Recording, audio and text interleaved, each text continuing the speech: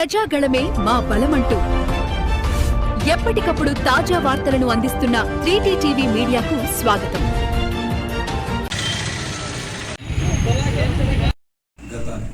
గత నెల 22వ తారీఖు జూన్ 2026 షాద్నగర్ టౌన్లోని సాయి బాలాజీ టౌన్షిప్ నందు వీరేందర్ రెడ్డి అనే ఒక వ్యక్తి యొక్క నివాసంలో తన కుటుంబ సభ్యులతో కలిసి నివసిస్తాడు.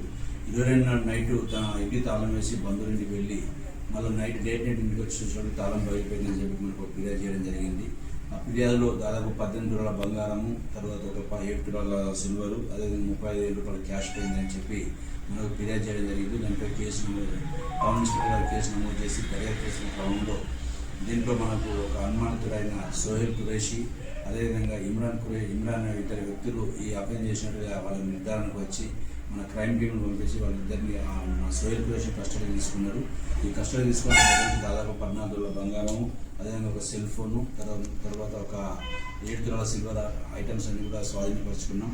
దీంట్లో మన టౌన్ ఇన్స్పెక్టర్ సీతారాం గారు, అదేవిధంగా Srikanth SI, Siva Reddy SI, Ravinder head constable, Zakir, Karunakar, Ravi, Raju, Santosh, అదేవిధంగా రఫీ అందరూ కూడా టీం వర్క్ చేసి ఈ నేరస్తుని పట్టుకోవడంలో, అదేవిధంగా ప్రాపర్టీ రికార్డ్ చేయడంలో చాలా కృషి చేసేది. వాళ్ళందరికీ కూడా అభినందన తెలియజేస్తున్నాను. అదేవిధంగా ఎవరైనా ఇంట్లో వాల్యూలు పెట్టినప్పుడు జాగ్రత్తలు తీసుకోవాలి.